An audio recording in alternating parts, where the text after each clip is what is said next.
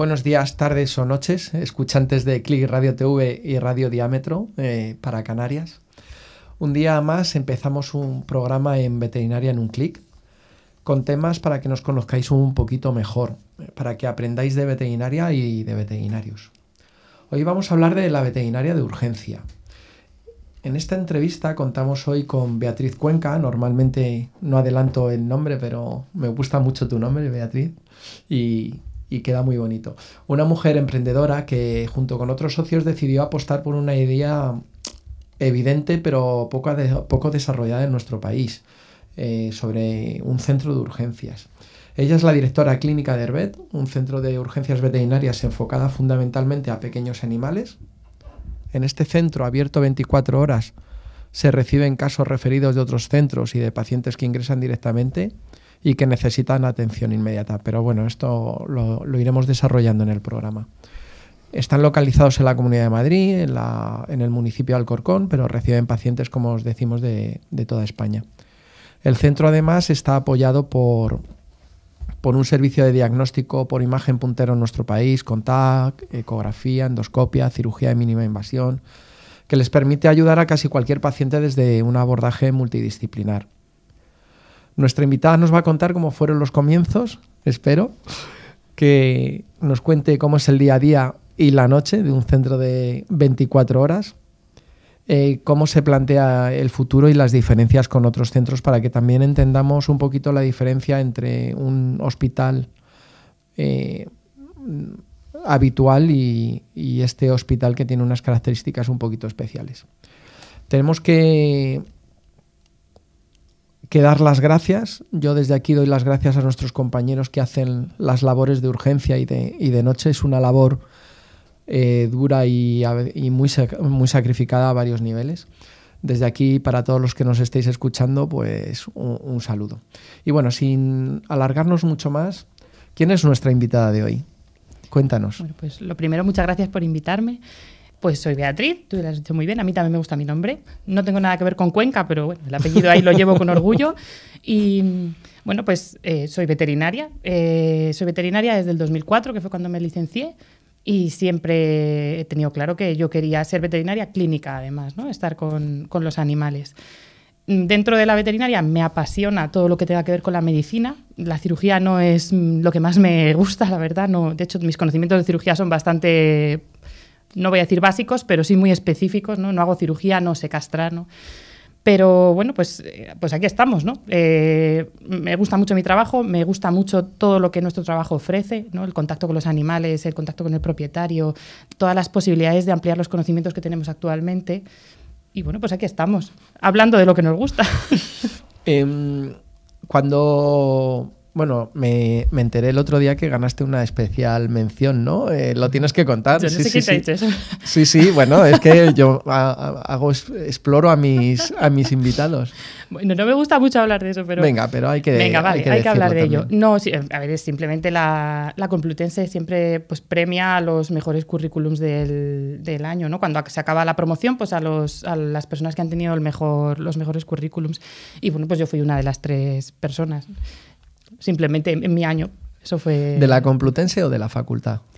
De la Facultad de Veterinaria. La Facultad de Veterinaria, sí. Vale. Nos quedamos ahí, sí, ¿no? Sí. A mí me dieron el premio del que más tardó en acabar la carrera. En tu trayectoria anterior a Herbet, o sea, no acabaste la carrera y te embarcaste en esta aventura, ¿no? Cuéntanos un poquito cómo fue... Bueno, pues esta aventura empezó pues cuando en un momento dado yo empiezo a sentir que quiero empezar a hacer prácticas en algún sitio y en ese momento teníamos muy buena relación con la que era la decana de alumnos en ese momento, que era profesora de anatomía, y entonces pues le pedí si ella conocía algún sitio donde yo pudiera hacer prácticas. Esto era tercero de carrera. Entonces entré a hacer prácticas en un hospital en el centro de Madrid, un hospital de 24 horas, y bueno, la verdad es que fue entrar y ya no salir, o sea, literalmente, ¿no? Me apasionó todo lo que vi allí, todo el movimiento que había, y cuando terminé la carrera, pues me propusieron quedarme directamente y allí estuve. Esto fue en el 2004 y estuve con ellos hasta el 2014. 10 añitos. Sí. En esos 10 añitos pues hubo de todo. Bueno, el tiempo que dicen que un clínico empieza a enterarse un poquito de qué va la película, ¿no? Bueno, no lo sé, ahí la intensidad era alta. Sí, entonces, ¿no? Claro. Estuve los primeros 2 años y medio más o menos haciendo urgencias y hospitalización.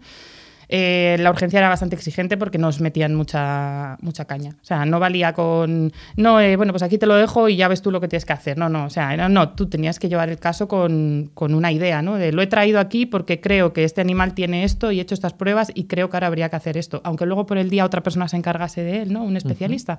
Pero nos metían mucha presión con que el animal tenía que llegar... Tú tenías que tener una idea de lo que estaba ocurriendo ahí, no simplemente tapar los síntomas, ¿no?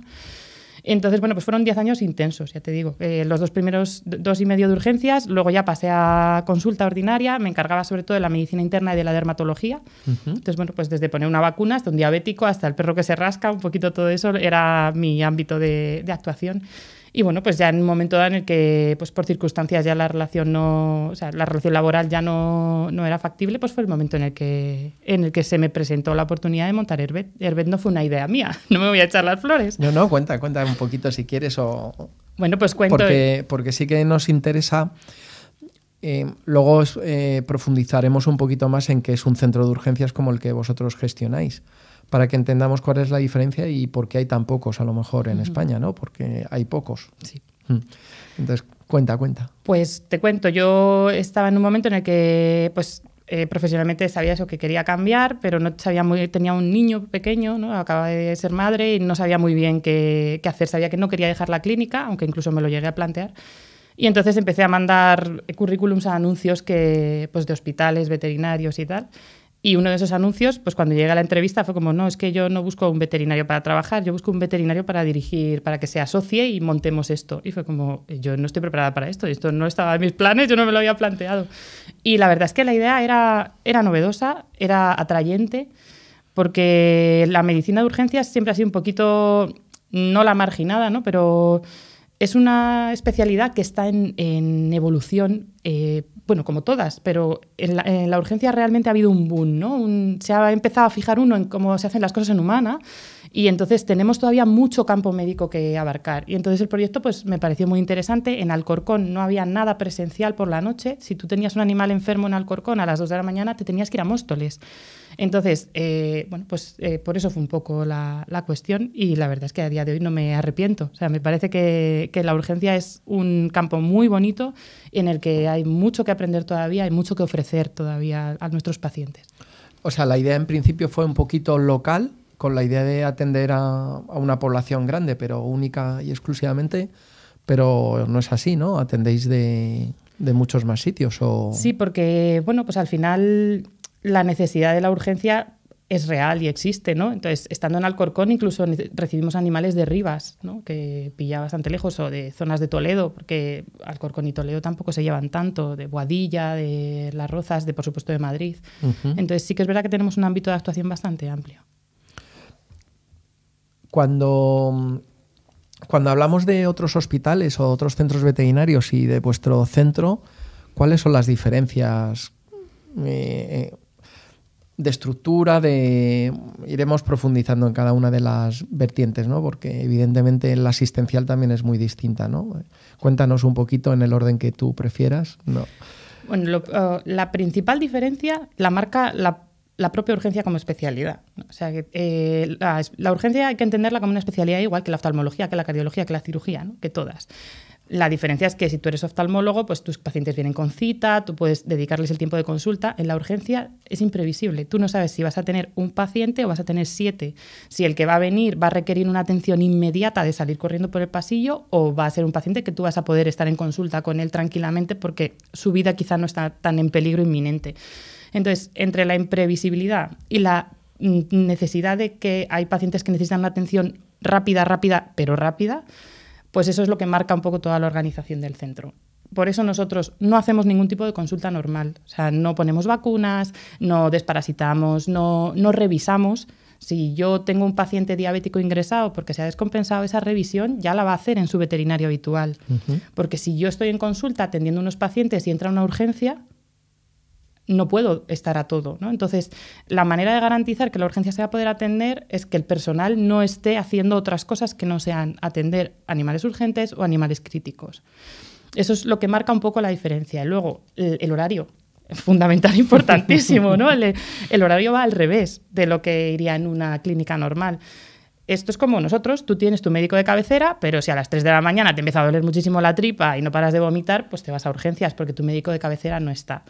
Entonces, nosotros cuando tenemos más trabajo, pues es por la noche, los fines de semana sobre todo, entonces eso hace que haya que reforzar ahí la plantilla y que para mí sea igual de importante que un veterinario a las 3 de la mañana sea una persona con experiencia, con manejo y con conocimientos que tenerlo de mañana.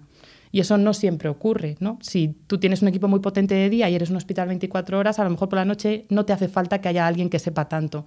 Pero para nosotros es súper importante que esto sí que suceda, porque a las 3 de la mañana hay que tomar decisiones. La persona que tiene que estar ahí tiene que saber tomarlas y poder tomarlas con la templanza que requiere la urgencia, ¿no? Sin decir, ¡ay, Dios mío, qué es esto!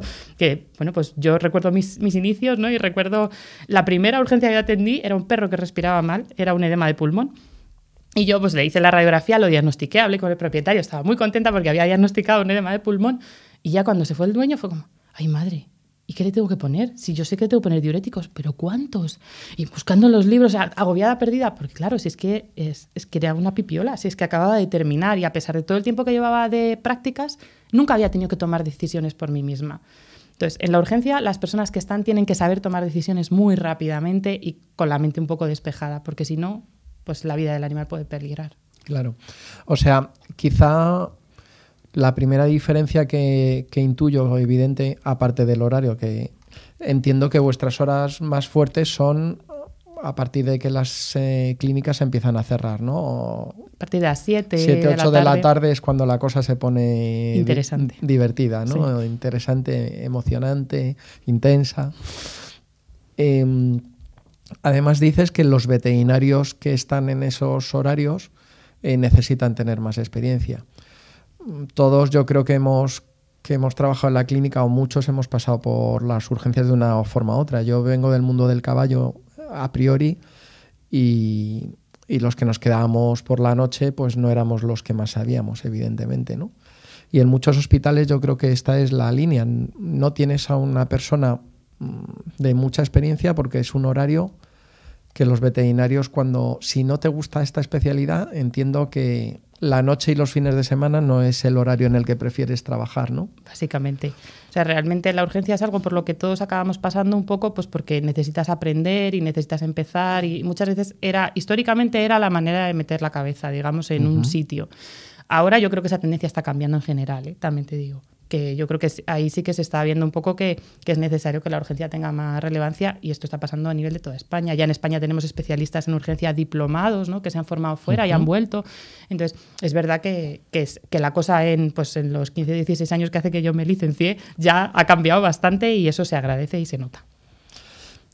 Es complicado encontrar veterinarios que quieran trabajar en esos horarios y que sepan. Sí. Sí, ¿no? Sí, no es sencillo. ¿Y cómo se gestiona? ¿Qué cantidad de pacientes podéis atender vosotros en un año, en un mes, en una semana? Dame el dato y no tiene que ser exacto, ¿eh? No lo vamos a comprobar luego. Pues mira, aproximado. La Herbet lleva abierto desde el 2014. Cuando abrió, con lo cual llevamos 7 años abiertos, si estoy haciendo bien los cálculos. En esos 7 años hemos atendido ya 15.000 pacientes. 15.000 pacientes. Que no son... Claro, no es un paciente que regresa... Pues, a veces puede volver, pero que no es como en una clínica normal en que es un paciente que acompañas durante toda su vida o durante mucho tiempo, ¿no? No, son 15.000 casi nuevas fichas. Son 15.000 fichas. Lo que pasa es que muchos de esos animales han venido más de una vez, ¿vale? Nosotros solemos tener ingresados pues entre 12 y 15 animales más o menos, es nuestra media. Claro, hay momentos que hay más y menos, ¿no? Y luego la cuestión de las urgencias pues depende un poquito del día y del fin de semana. Pero, por ejemplo, en Semana Santa, que durante el día, las 12 horas que van de 9 de la mañana a 9 de la noche, haya habido 20 o 21 urgencias, fácil. Madre mía. Fácil. Y además urgencias, o sea, cosas que hay un poco de todo. Claro. ¿Cómo se gestiona? Porque para los que somos propietarios de de animales, y yo me incluyo a pesar de ser veterinario. Pues hoy mismo, esta mañana, mi perrita es una cachorra y se ha levantado y había una diarrea en casa, no se ha podido aguantar. Y ya de repente pues te surge esa sensación de que tienes que ir rápido a un veterinario, ¿no? Cuando el cliente, que no suele ser el paciente en vuestro caso, no es como en medicina humana, que sí que el paciente y el cliente suele coincidir, ¿cómo se gestiona esa sensación? Me imagino que a veces complicada, ¿no? Del cliente que viene con su mascota con una urgencia que él no sabe determinar si es urgencia o emergencia. ¿Y cómo se gestiona también al propietario de ese animal? ¿Eso es complicado o se necesita un trato especial? Yo creo que es una de las habilidades que todos los veterinarios deberíamos tener y que desgraciadamente no se nos da la formación adecuada, porque efectivamente es complicado. Imagina la situación, tú vienes con tu perrita, ¿no? Y bueno, pues cuando entras por la puerta se determina que efectivamente necesita una atención inmediata. Entonces, además ahora sobre todo con el COVID, claro, la perra pasa para adentro directamente. Y tú estás en la sala de espera nervioso porque sabes que tu perra no está bien, pero claro, mis primeros momentos de atención son para ella, porque la importante es ella. Entonces yo tengo que hacer la evaluación y dar unas pautas a mis enfermeras para que ellas vayan empezando a hacer cosas mientras yo luego puedo hablar contigo y explicarte lo que está sucediendo, ¿no? Entonces, claro, yo salgo, tú estás nervioso. A veces son pacientes que pues son enfermos crónicos, la información que el dueño tiene a veces es incompleta, pues le damos pastillas, pero es que las da mi mujer, no sé cuáles son. Entonces, a veces trabajamos con información que no es pues todo lo precisa que debería ser o que sería ideal que fuera. Entonces, bueno, pues muchas veces hay que empezar por tranquilizar y luego es complicado cuando el dueño está nervioso explicarle lo que está sucediendo. Porque ya sabemos cómo son las explicaciones de los veterinarios, ¿no? Que sí. A veces decimos palabras raras, a veces te toca hablar y explicar el páncreas. Bueno, vamos a empezar. ¿Qué es el páncreas? Entonces, pues, no sé, a veces tienes que hacer un dibujo. Esto es un órgano que está aquí y ahora se ha inflamado. Entonces, a veces la explicación tú la estás dando y te das cuenta de que es muy engorrosa y que el dueño no sabes de cuánto se está enterando, pero necesitas que se entere. Claro. Entonces, es intentar hablar con la mayor claridad posible, con mucha paciencia y sobre todo yo creo que ahí nos falta el que muchas veces al dueño le da vergüenza preguntar y decir, no me he enterado, ¿me lo puedes volver a explicar? Que no haya ninguna vergüenza, si nosotros estamos para eso. Hay que decir que mi trabajo es con el paciente, pero el paciente tiene un familiar, que es el propietario, que tiene que estar enterado y tiene que formar parte de ese tratamiento. Porque al final las decisiones, digamos, importantes las tiene que tomar el propietario, tiene que estar informado y saber sobre lo que está... Claro, esto para que nos entiendan nuestros oyentes que no son habituales en una clínica o cuando tú vas a la Seguridad Social con una urgencia, ahí hay un historial de todos tus pasos anteriores por urgencias o si tienes una sociedad privada, normalmente te tienen fichadísimo, saben hasta cuándo te has hecho el último análisis y cuáles eran los datos y la valoración de su médico de cabecera o de su especialista. Nosotros esa información en vuestro centro en concreto no siempre se dispone de ella, ¿no? No siempre, pero en eso ya te digo también que la manera de trabajar que nosotros tenemos nos hace un poco afortunados en ese sentido, porque yo entiendo que como veterinaria de urgencia mi trabajo es una pieza más en el puzzle de la vida del paciente. ¿Vale? Ese paciente tiene un veterinario habitual que es quien le revisa, quien les da las recomendaciones preventivas, quien evita que enferme, quien le hace los controles rutinarios, quien si tiene una enfermedad crónica la controla, le pauta la medicación, etc. Entonces, esa persona es la que tiene el historial. ¿Qué es lo más beneficioso para todos? Que la información esté no compartida, porque actualmente eso no es posible, pero sí que en la medida de lo posible esa información nos la podamos cruzar. Entonces, la manera correcta, digamos, sería, tu perra tiene una diarrea, pues tú lo primero intenta contactar con tu veterinario, porque hay veterinarios que sí que disponen de un teléfono o lo que sea, aunque ellos no vayan a atender a tu perra. A lo mejor te pueden dar una recomendación telefónica, o a lo mejor no están, pero bueno, en ese caso te salta en el contestador a qué sitio quieren que tú vayas, que puede ser Herbet, que puede ser cualquier otro sitio. Pero es muy importante, si tú tienes un veterinario de confianza, que vayas al sitio que él te recomienda, porque entendemos que eso significa que la información la van a poder compartir. Y entonces yo, en cuanto que puedo, o sea, si por ejemplo a tu perra le pasa pasa algo grave a las 3 de la tarde, tu veterinario la evalúa y decide que necesita un ingreso, por ejemplo, el veterinario me va a llamar. Y me va a contar todo y me va a decir, esta perrita es paciente crónica desde hace tantos años, te mando la analítica. Entonces es una gozada cuando hay este intercambio de información, porque luego yo le devuelvo al veterinario lo que yo he hecho con la medicación que he puesto, con mis pruebas, y entonces todo no se pierde por el camino, sino que permite que la actuación sea conjunta. Y además, a lo mejor, evita malos entendidos que seguro que tenéis, me imagino, como la situación en la que no tenéis ningún dato de ese paciente y necesitáis una información básica. Y a lo mejor estáis repitiendo una analítica que se ha hecho hace una semana en su clínica habitual, pero que no tenéis posibilidad de obtener y que sí que necesitáis para valorar al paciente, ¿no?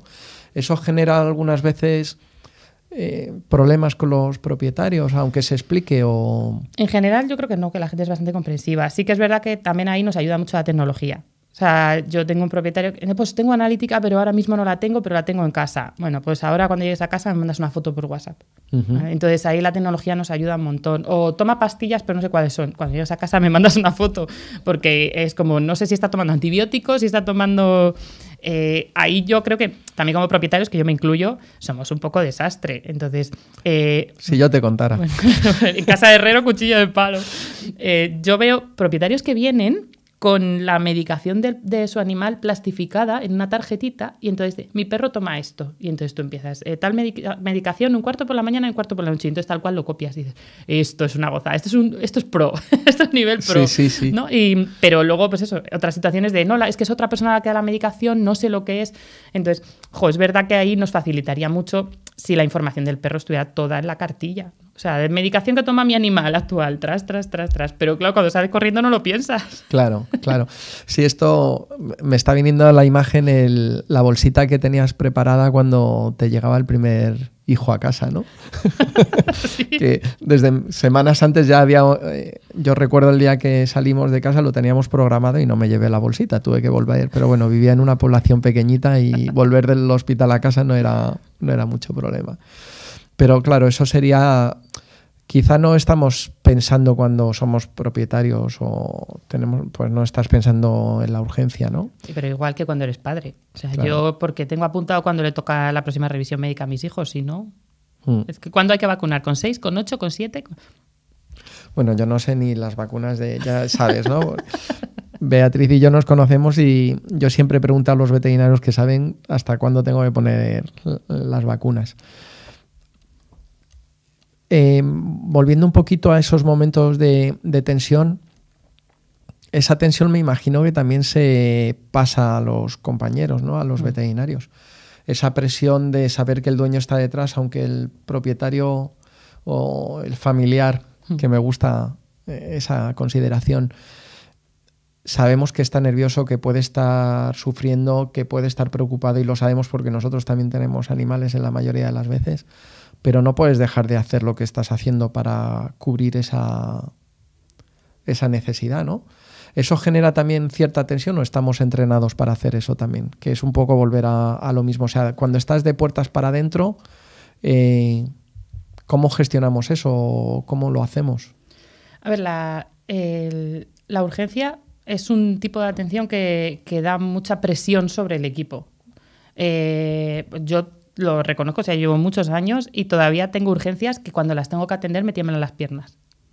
Porque son pacientes que a lo mejor pues vienen ahogándose y hay que intubarlos inmediatamente, te vas corriendo a intubar, está la garganta llena de espuma, tienes que limpiarla. O sea, esos minutos en los que cada decisión que tú tomas o un retraso en que tú consigas intubar, por ejemplo, puede suponer que el animal se muera, obviamente es una carga, una responsabilidad muy grande para nosotros, ¿no? Sobre todo porque además yo por lo menos intento y se lo transmito un poco a mi equipo o sea, tengo un equipo humano que bueno, pues que estoy muy orgullosa de ellos, ¿no? Que es un poco el que ese paciente podría ser el tuyo. Entonces, a la hora de tomar una decisión, pues, ¿qué querría yo hacer por mi animal? Entonces, pues yo, si mi animal le hacen 3 pruebas o está previsto hacer 3 pruebas y en la primera ya se ve que tiene un cáncer, por ejemplo, que quizá no tenga tratamiento, pues yo preferiría que antes de hacer las siguientes me avisaran para a lo mejor tomar una decisión y ahorrarle a mi animal unas pruebas que no necesita, ¿no? O que a lo mejor pues, pueden suponerle dolor o molestia. Entonces, creo que la comunicación tiene que ser muy fluida y que el hecho de que tú veas a ese animal como si fuera el tuyo propio, pues te genera una presión extra, ¿no? Cosa que, bueno, pues muchos médicos no tienen, ¿no? Porque saben separar perfecto, pero claro, los médicos tampoco van y le rascan la barriga a su paciente, ¿no? Diciendo, ¡qué bonito eres! ¿No? O sea, entonces... Creo que está hasta mal visto. Sí, ¿verdad? Estaría feo. Sí. Pero nosotros sí. O sea, tú oyes a las enfermeras y van con el gato en brazos, es que mira que eres guapo, es que no sé qué tal.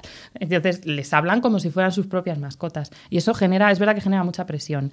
¿Cómo se intenta un poco intentando separar? ¿Vale? Por ejemplo, mi cirujana, que es una inmensa profesional, si hay una situación de súper urgencia, o sea, yo la he visto en traqueotomías de urgencia y suelta muchos insultos por la presión del momento, ¿no? Pero luego todas sabemos que es por la presión del momento, o sea, que realmente no es con la mala intención. Entonces, si tú sabes separar, puedes un poco diferenciar y luego pues permitir un poco el esparcimiento, ¿no?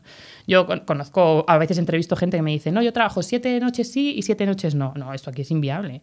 O sea, porque yo no querría ir al hospital y que me atendiera un médico que llevara 6 noches de guardia, ¿no? Porque ¿qué cerebro le queda a ese médico? Entonces, creo que la guardia es suficientemente intensa física y mentalmente como para que luego haya que proporcionar un descanso suficiente con una desconexión suficiente.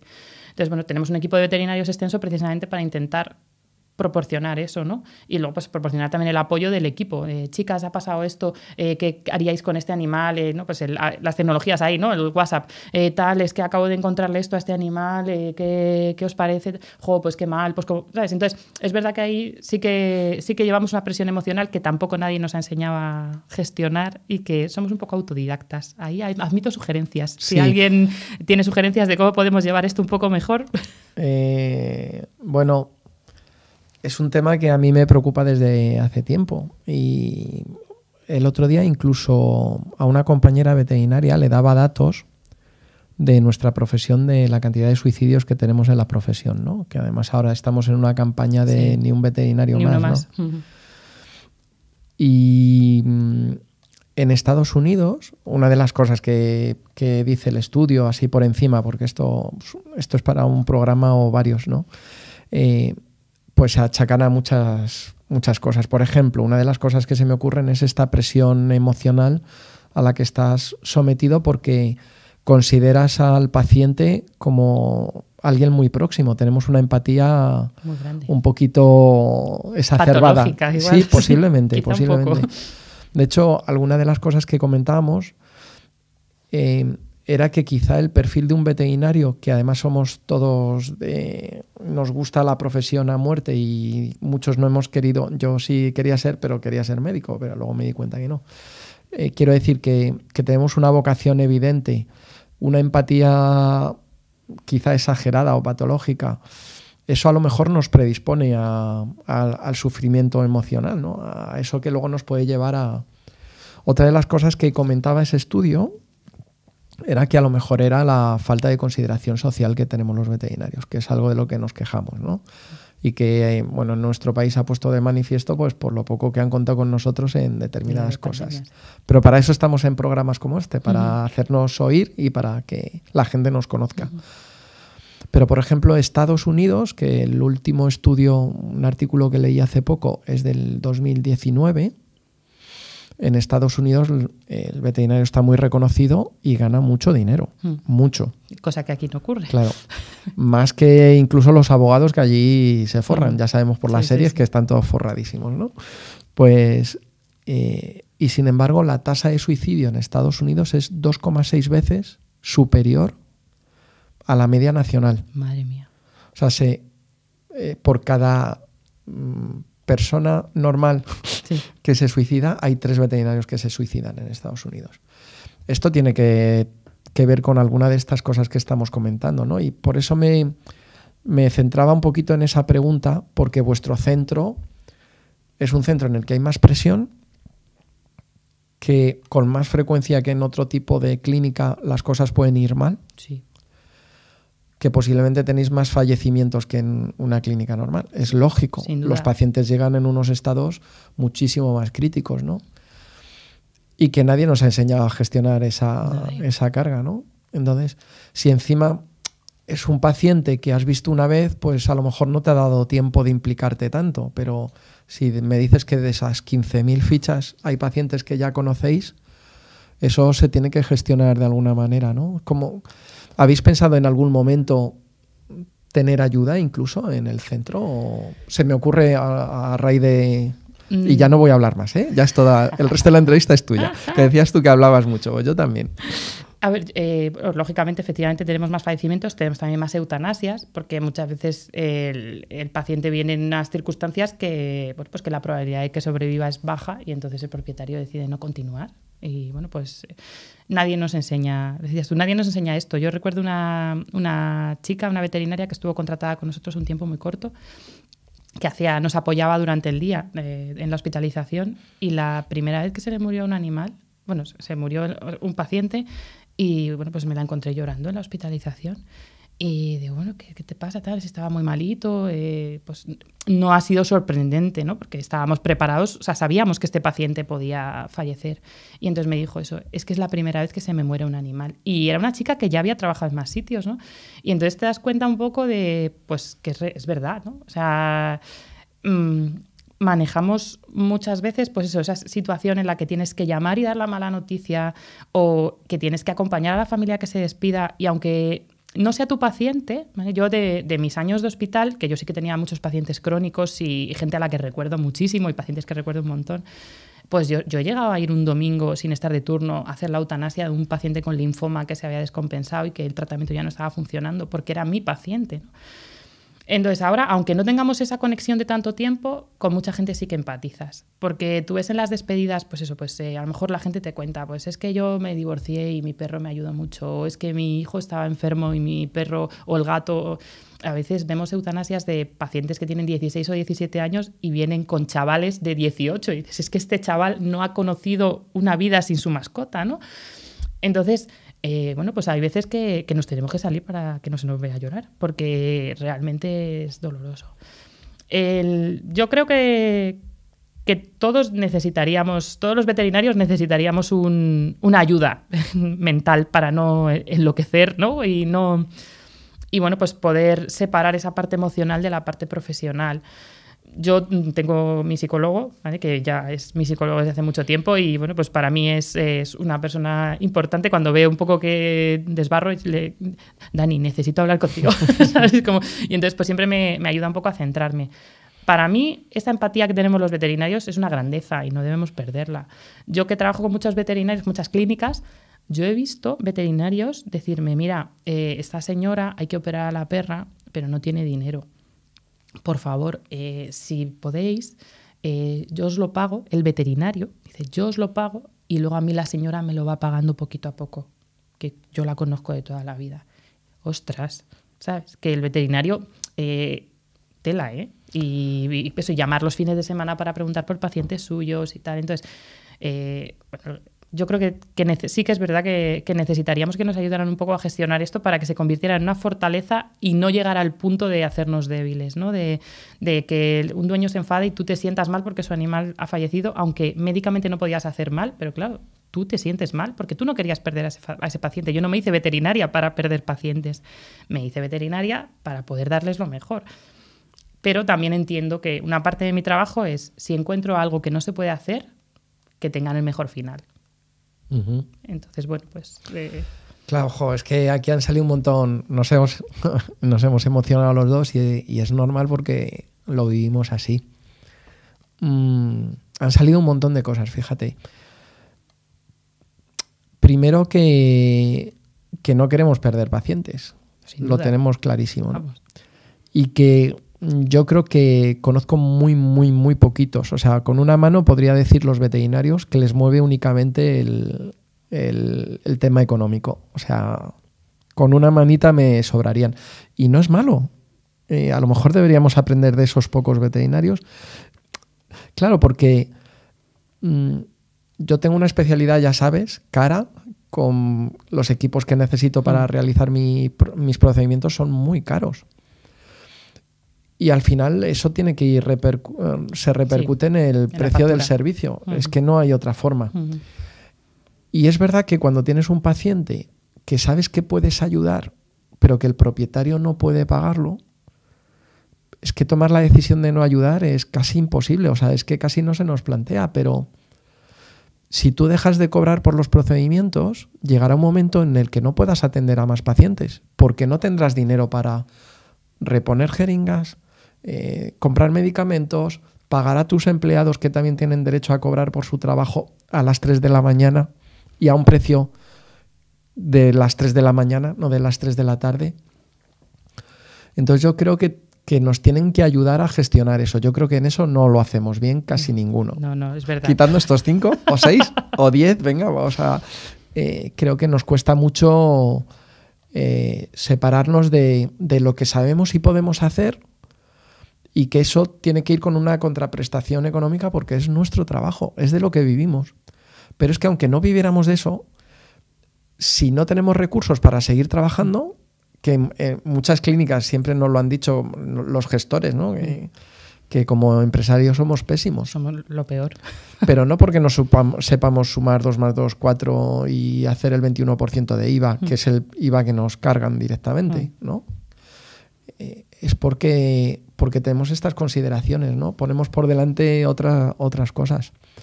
Y eso, ¿cómo crees tú que...? Porque si ya para un veterinario, además de la tasa mayor de suicidios, también tenemos una tasa muy alta que es de divorcios. Sí, me incluyo.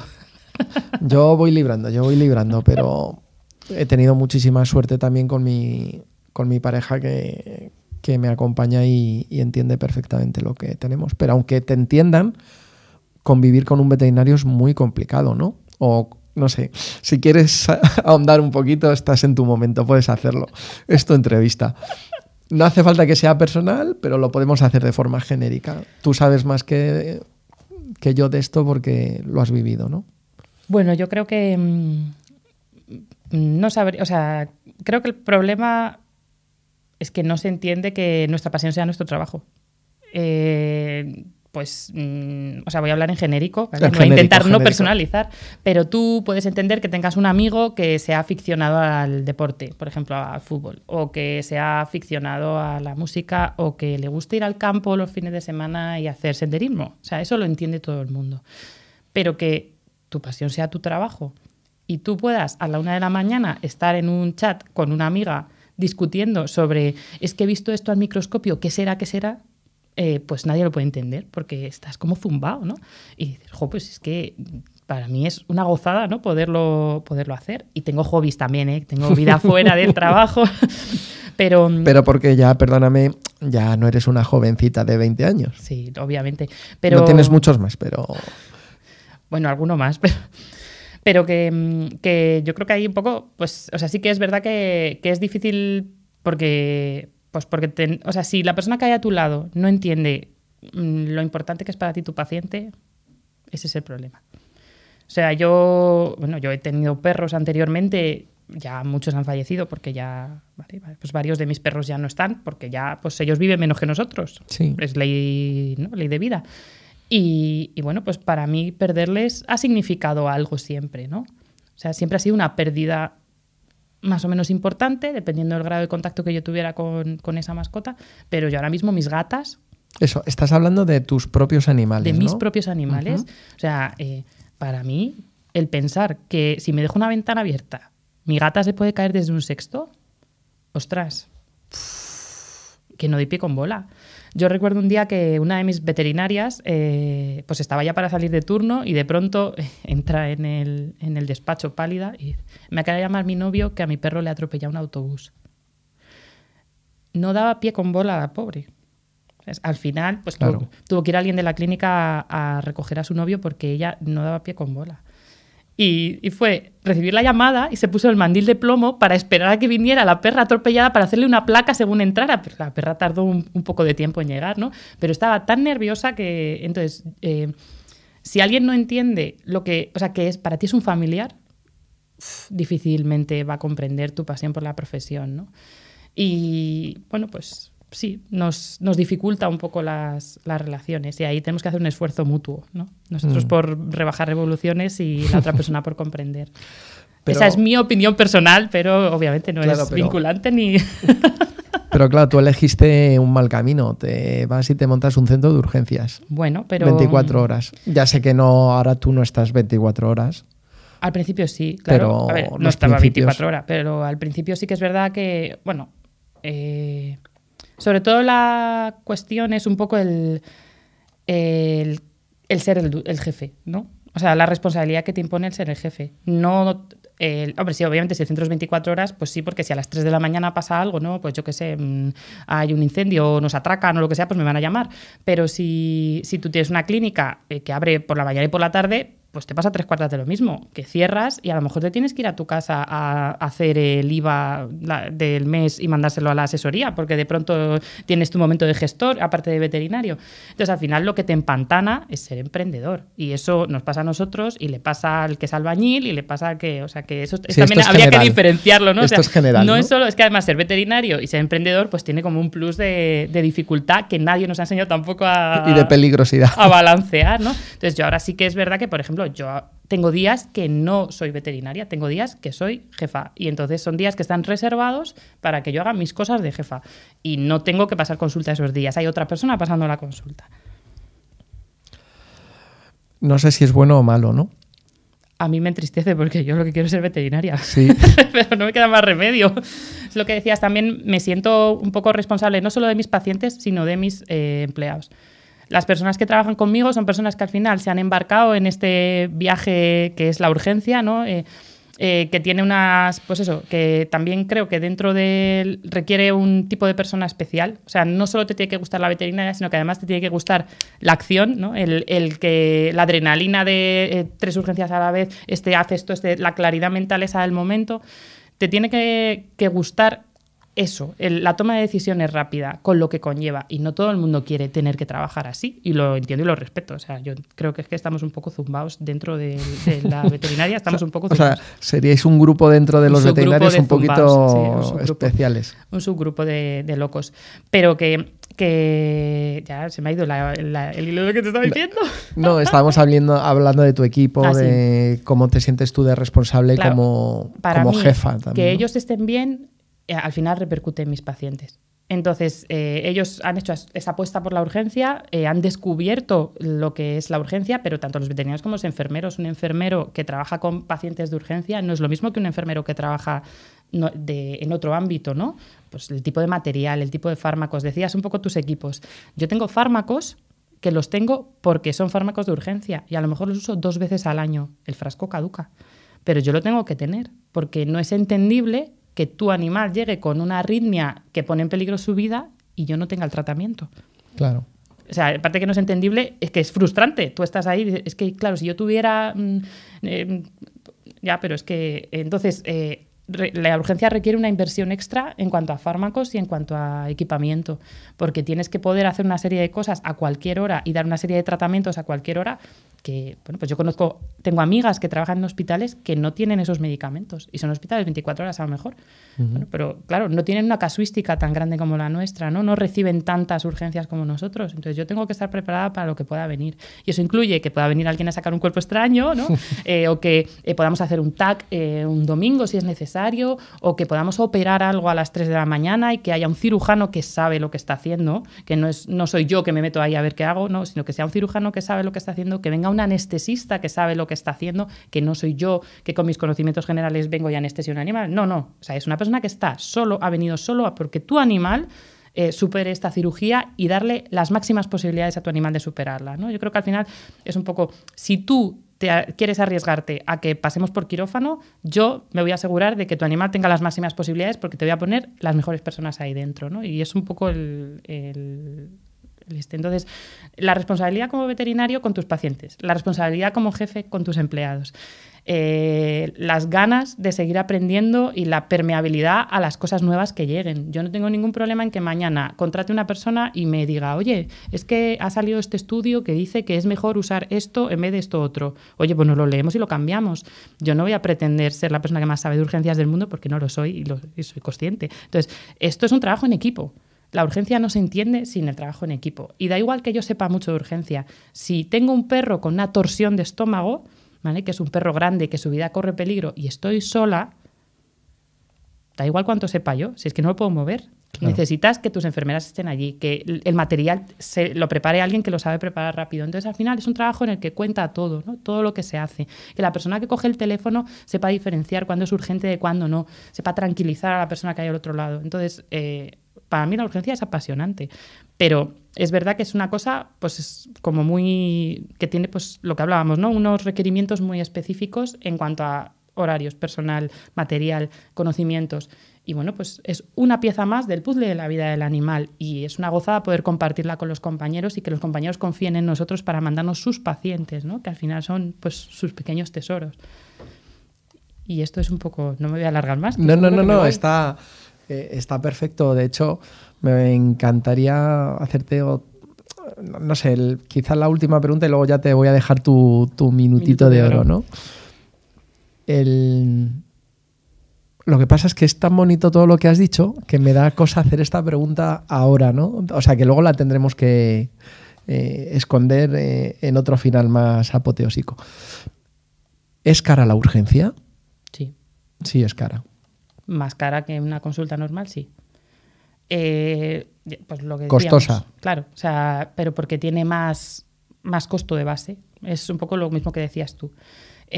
No es lo mismo un centro en el que hay 3 veterinarios que un centro como el mío en el que somos 10 veterinarios, más 10 auxiliares, más la persona de recepción, la persona que limpia, o sea, que decir que la persona de administración, o sea, que hay una serie de... pues es que en el equipo somos ahora mismo 25 personas, ¿sabes? Entonces, es verdad que al final eso lleva un coste. El que la gente... cubrir 24 horas y dar descanso a la gente requiere que haya más personal y eso al final repercute en que la consulta no puede costar lo mismo, tiene que ser un poco más cara. Y personal especializado. Claro. Y preparado. Claro. Que son profesionales que llevan además más tiempo en el mercado, que supone un coste mayor, ¿no? Y luego pues todo el tema del material, ya te digo. O sea que, claro. Pues por ejemplo, te voy a poner un ejemplo muy sencillo. Cuando la gente dice, no, le vamos a poner suero a su perro. Yo tengo 8 tipos de suero diferentes. Claro, eso la gente no lo sabe. No, le va a poner suero. Pues suero. Suero es como una cosa genérica, ¿no? Pero realmente la decisión de cuál de esos 8 frascos yo voy a coger requiere y luego el tener los 8 frascos, claro, para poder elegir este o este. Entonces, eso no está en todas partes. O sea, lógicamente, si yo tuviera una clínica normal, un centro de cabecera, yo no tendría 8 sueros. ¿Para qué? Claro. Si no los vas a usar. ¿Vale? Entonces, al final, eso, el hecho de tener una disponibilidad mayor de productos, el poder hacer una analítica y tener resultados en 15 o 20 minutos, todo eso pues conlleva un costo de base para nosotros mayor. Claro, porque además vuestro centro, como decía en la introducción, muchas veces necesita diagnósticos rápidos y para eso habéis invertido en tener medios de diagnóstico, ¿no? Sobre todo en diagnóstico por imagen. Y eso es muy, muy caro, lo sabemos. Es bastante caro. A ver, nosotros, el objetivo de la urgencia normalmente no es el diagnóstico como tal, ¿vale? El objetivo de la urgencia es la estabilización. Correcto. Y sí es el objetivo descartar las cosas peores. Pero el ejemplo más clásico, el animal que tiene vómitos y diarrea, que es una de las urgencias que más se ven, ¿no? Tu animal, tú te levantas y tiene 3 o 4 vómitos, le ves que no quiere comer, te lo traes a urgencias. Lo primero que tengo que ver es la historia que tú me cuentas. ¿Se ha podido comer algo tu perro? ¿Tiene una tendencia a comerse cosas o no? ¿Cuántas veces ha vomitado? ¿Si ha querido comer o no ha querido comer? ¿Cómo está animado? Luego se hace la evaluación física. Y yo busco signos de gravedad. Entonces, que el perro esté deshidratado, que tenga mucho dolor de tripa, que tenga fiebre. Eso son cosas que no son normales en una gastroenteritis básica, ¿no? En esta gastroenteritis de he comido algo que no debía y me ha sentado como fatal, pues eso no debería estar. Si yo no encuentro esos signos de gravedad, mi objetivo es descartar un cuerpo extraño. Si creo que es posible que exista ese cuerpo extraño, ¿no? Que tu perro se haya comido un objeto físico que necesite que yo vaya a sacar. ¿Vale? Si eso no existe, me da igual si es que se comió algo que le sentó mal o si a lo mejor es un perro de 5 años que ha cogido un virus en el parque. Me da igual ese diagnóstico final. Lo que me importa es tratar los síntomas para que el perro se encuentre bien y, sobre todo, poder decirte, te pongo esto y te vas a casa. O no, este perro está deshidratado, hay que hospitalizarle, ¿no? Entonces, el objetivo siempre es estabilizar. Hay veces que necesitas ese diagnóstico final porque sin él no puedes trabajar, ¿no? Si yo tengo un animal que creo que tiene la vejiga rota, hombre, pues necesitaré saber si la tiene rota, porque si la tiene rota hay que operarle, ¿no? Pero si no, lo que tengo que hacer es descartar las cosas más graves que necesitan una intervención por mi parte. Una vez descartado eso, el diagnóstico final, si es necesario, lo puede hacer tu veterinario. Y de hecho, debe hacerlo tu veterinario, porque a lo mejor requiere pruebas que se van haciendo en escalón, ¿vale? Es decir, que si tu perro tenía vómitos hoy, el mes que viene vuelve a tener vómitos, hombre, pues a lo mejor tu perro tiene una alergia al alimento o tiene una enfermedad en el intestino que necesita una endoscopia, pero eso no se hace todo del tirón. Y no es el propósito de vuestro centro. No, para nada, porque no me va a cambiar a mí el tratamiento saber que tiene una alergia, va a necesitar una estabilización. Entonces, el diagnóstico sí es importante, pero muchas veces no es el objetivo primordial. A veces, en el proceso de ver qué le pasa a tu animal, pues tienes un diagnóstico en la mano, pero no es el objetivo primordial. El objetivo primordial es siempre la estabilización. Y eso sé que lo hacéis muy bien. Bueno, se trabaja en ello, en hacerlo muy bien. Se ha pasado el ratito volando, ¿no? ¿Tienes esa sensación de que se ha ido rápido? Me alegro mucho. Entonces, siempre me gusta que acabéis vosotros con lo que queráis, de cara a veterinarios que nos estén escuchando, estudiantes, alumnos, o propietarios o simplemente escuchantes que se aproximan al mundo del veterinario, que ya hemos dicho en otros programas que es muy variado y que simplemente nos escuchan, ¿no? Tienes tu momentito para decir lo que quieras de lo que quieras. Pues yo daría pensando en nuestros pacientes, daría la que creo que es la mejor recomendación que puedo dar. Y es que vayan al veterinario. O sea, yo no deseo a los animales que tengan que venir a Airvet, porque si tienen que venir a Airvet es porque algo malo ha pasado, ¿no? Y muchas de estas cosas se pueden evitar con los chequeos preventivos. Tenemos hoy en día una plantilla de veterinarios, de clínicas veterinarias, que hacen una medicina preventiva de muchísimo nivel. Que ya no se conforman con toma esta pastillita, sino ¿a dónde vas de vacaciones? Según dónde vayas de vacaciones necesitas esto o aquello, que hacen chequeos anuales, que el objetivo siempre, pues como las personas, ¿no? Yo no quiero al animal cuando ya está descompensado. Si tienes una enfermedad, ojalá lo encuentre yo antes de que tu animal enferme, ¿no? Cuando los gatos son muy asintomáticos, por ejemplo, los gatos tienen que ir al veterinario. Y los veterinarios cada vez sabemos más de cómo manejar a un gato en consulta, entonces no hay que tener miedo a llevar al gato al veterinario. Entonces, por favor, mucha medicina preventiva. O sea, que no necesitemos que lleguen a Airvet. Y eso se empieza a notar ya, porque el tipo de urgencia se nota que cambia, ¿vale? Que ya pues los animales cardiópatas que vienen descompensados, ya se sabía que estaban enfermos del corazón, entonces han vivido mucho tiempo sin necesitar la urgencia y antes se descompensaban antes. Entonces, es muy importante este punto de la medicina preventiva. Yo ahí, y luego el estar preparado, porque una urgencia la puede tener cualquiera, ¿no? En un momento dado. Entonces, siempre mucha comunicación con el veterinario. Oye, si me pasa algo, ¿dónde quieres tú que vaya? Me anoto el teléfono, lo tengo preparado, porque nunca se sabe en qué momento lo puedo necesitar, ¿no? Y pues eso, que los veterinarios al final somos personas y que agradecemos mucho la comunicación. El que, oye, no me enteré de esto. Oye, el otro día le mandaste esta pastilla a mi perro y yo no estoy de acuerdo con esto porque he leído en internet que no es buena. Bueno, pues lo hablamos, porque yo prefiero que lo hablemos. Al final es una relación que necesita una confianza. Entonces, la confianza, ¿por qué se desvirtúa? Hablando de los divorcios, mira. Por no hablar, porque mi veterinario me mandó esta pastilla, yo no estaba muy de acuerdo, pero no se lo digo. Y ya queda ahí la semilla de la desconfianza. Y a lo mejor es una cosa tan tonta como que nos sentamos a hablar y lo miramos y esa pastilla es otra marca, de lo que fuera, ¿no? Entonces, muchos malentendidos generan pérdida de confianza y se pueden resolver hablando, en la urgencia y en la no urgencia. Así que mucha medicina preventiva y mucha confianza y mucha comunicación. Es lo mejor que puedo recomendar. Qué bonito, pues. Augurando el gran final que necesitábamos, nos lo has dado. Muchísimas gracias, Bea, por estar aquí con nosotros en este día, un poquito como lo hemos hecho. Gracias también por tu disponibilidad. Recordad que nos podéis seguir en todas las redes sociales, Instagram, Facebook, en @trisampayo. Y podéis escuchar este programa en Spotify, Google Podcast, Apple Podcast, buscando Veterinaria en un clic. Si queréis conocer a los veterinarios un poquito más, podéis buscarnos en www.podcastveterinario.es. Cotillad esa página y elegid la plataforma que más os guste. Muchísimas gracias a todos los que nos habéis acompañado hoy, oyentes y escuchantes de Click Radio TV y de Radio Diámetro en Canarias. Un abrazo para todos y nos vemos en el próximo programa.